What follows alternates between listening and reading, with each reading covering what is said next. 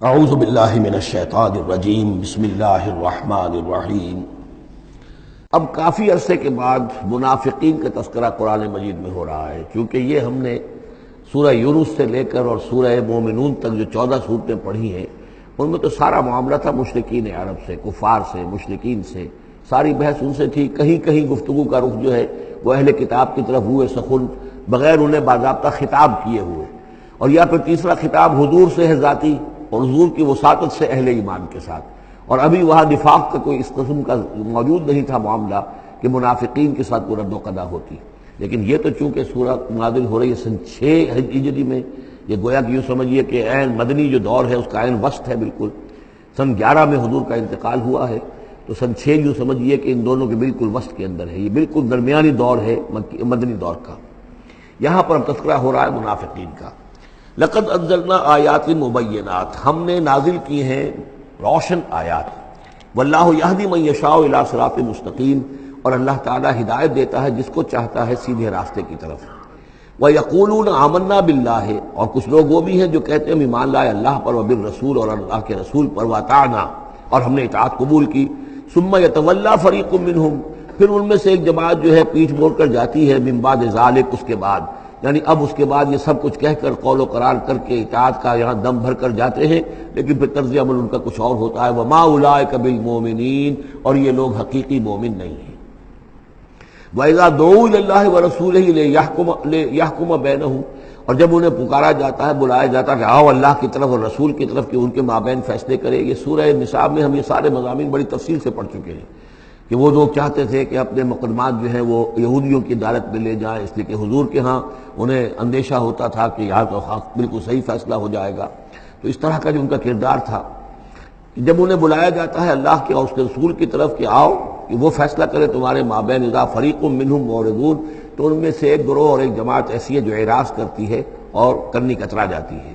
وَإِن يَكُن لَهُمُ الْحَقُّ يَأْتُوا إِلَيْهِ مُذْعِنِينَ، اور اگر ان کو معلوم ہو کہ حق ہمارے ساتھ ہے، یعنی ہم حق پر ہیں اس مقدمے میں، تو پھر وہ آتے ہیں بڑا یقین کا اظہار کرتے ہوئے، اذعان کے ساتھ اور یقین کے ساتھ، اور اپنے ایمان کا اظہار کرتے ہوئے، کیونکہ انہیں یقین ہے کہ ہمارا کیس سچا ہے اور حضور کی عدالت میں ہم جائیں گے تو ہمارے حق میں فیصلہ ہو جائے گا، تو اب کوئی رکاوٹ نہیں۔ یاتوا الیہ مذعنین، خوب یقین کا، اعتماد کا اظہار کرتے ہوئے آتے ہیں۔ افی قلوبہم مرض، کیا ان کے دلوں میں روگ ہے؟ ام ارتابوا، یا یہ شکوک میں مبتلا ہو گئے ہیں؟ ام یخافون ان یحیف اللہ علیہم، یا انہیں یہ اندیشہ ہے کہ اللہ تعالیٰ جو ہے ان کے ساتھ ناانصافی کرے گا، ورسولہ، و اس کے رسول، بل اولئک هم الظالمون، نہیں بلکہ حقیقت میں یہی ظالم ہیں۔ ایمان کی اصل حقیقت سے چونکہ یہ محروم ہے، لہذا ساری غلطی ان کے اپنے کردار میں ہے۔ انما کان قول المؤمنین اذا دعوا الی اللہ ورسولہ لیحکم بینہم، جو حقیقی مومن ہوتے ہیں ان کو تو جب بلایا جاتا ہے اللہ کی طرف اور اس کے رسول کی طرف کہ وہ فیصلہ کرے ان کے مابین، تو ان کا قول تو یہی ہوتا ہے ان یقولوا سمعنا واطعنا، کہ وہ کہتے ہیں کہ ہم نے سنا اور ہم نے مانا، ہم حاضر ہیں، جو بھی فیصلہ محمد رسول اللہ کا ہوگا ہم اسے بصر و چشم تسلیم کریں گے۔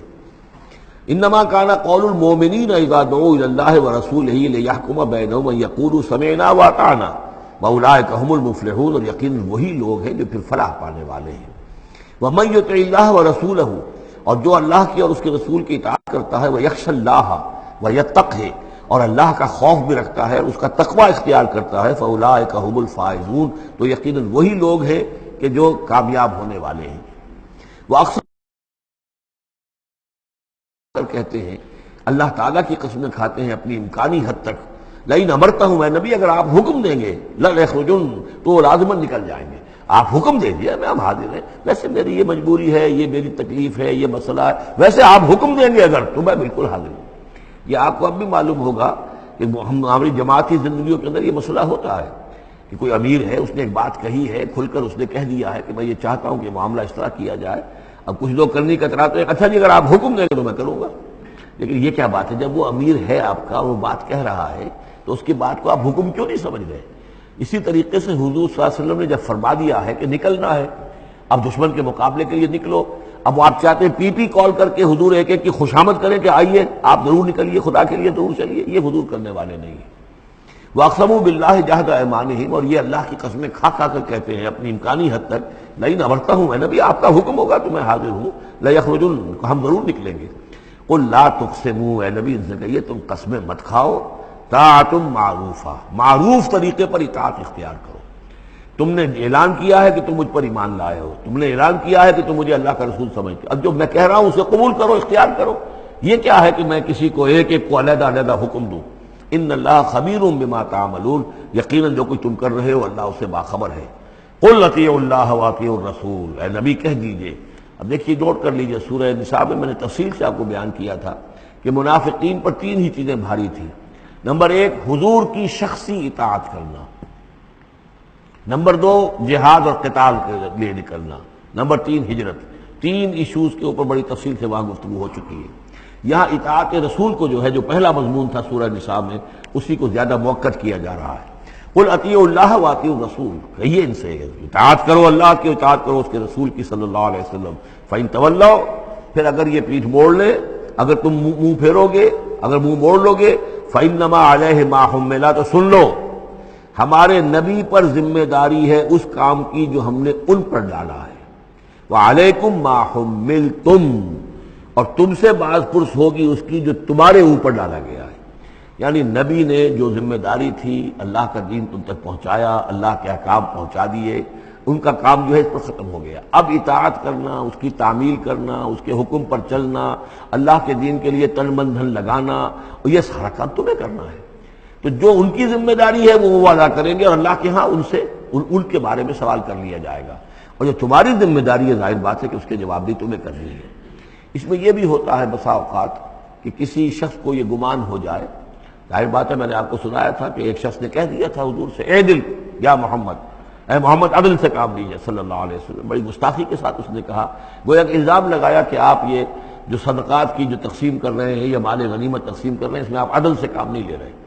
تو حضور نے بھی غصے میں جواب دیا تھا کہ انما عدل فلم یا عدل، اگر میں عدل نہیں کروں گا تو کون کرے گا۔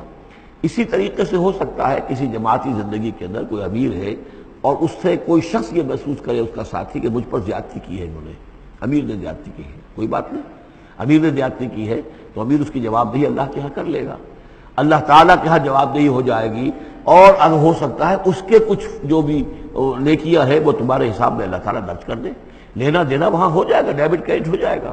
لیکن اس کا مطلب یہ ہو کہ ناراض ہو کر بیٹھ رہا ہو کہ اب اپنی ذمہ داری ادا نہیں ہو رہی، تو پھر تو جواب دہی تمہاری ہو جائے گی اللہ کے ہاں، ایکسپلینیشن کال تمہاری ہو جائے گی کہ ناراض ہو کر بیٹھ رہے ہیں کیونکہ انہوں نے میرے ساتھ یہ کیا ہے، لہذا میں بس اب کام کچھ نہیں کروں گا۔ یہ تو گویا کہ ایک منفی طرز عمل ہے، تمہیں جواب دہی کرنی ہے اپنے فرائض کی، اپنی ذمہ داریوں کی۔ تو یہ جماعتی زندگی سے متعلق بعض بہت اہم ہیں جو مباحث اس سورہ مبارکہ میں آئے ہیں، اور ان میں سے بعض ہمارا جو منتخب نصاب نمبر 2 ہے، جو اس سورہ مبارکہ کی آخری آیات ہیں، وہ اس کے ایک درس کی حیثیت سے اس میں شامل ہے۔ جو جماعتی زندگی جو ہے، جب ایک جماعت بنانی پڑے گی، اگر دین کا کام کرنا ہے تو اکیلے اکیلے تو نہیں ہو سکتا، جماعت کا نظم ہو، ایک ڈسپلن ہو، ایک حزب اللہ وجود میں آئے، جو سورہ مائدہ میں ہم دیکھ آئے ہیں، فإن حزب اللہ هم الغالبون، غلبہ جو ہے تو وہ حزب اللہ کو اللہ تعالیٰ دیتا ہے، ید اللہ علی الجماعہ، جماعت کے اوپر اللہ کا ہاتھ ہے، جماعت کی کو اللہ کی نصرت اور تائید حاصل ہوتی ہے۔ اس جماعتی زندگی کے بعد ایسے نفسیاتی معاملات ہوتے ہیں، اور اس کے اندر بعض ایسے حساس مسائل ہوتے ہیں کہ جن کے بارے میں بڑی عمدہ رہنمائی دی گئی ہے مختلف مقامات پر، ان پر ہم نے پھر مرتب کیا ہے منتخب نصاب، مطالعہ قرآن حکیم کا منتخب نصاب نمبر 2۔ قل اطیعوا اللہ واطیعوا الرسول، ان پر جو ذمہ ہے وہ ان کی اپنی ذمہ داری کا، اور تمہارے اوپر جو بوجھ ہے، جو تمہاری مسئولیت ہے، وہ تمہاری ذمہ داری کی۔ وَإِن تُطِيعُوهُ تَهْتَدُوا، اور جان لو یہ اللہ کے رسول ہیں، اگر تم ان کی اطاعت پر کاربند رہو گے تبھی تم ہدایت یافتہ ہوگے۔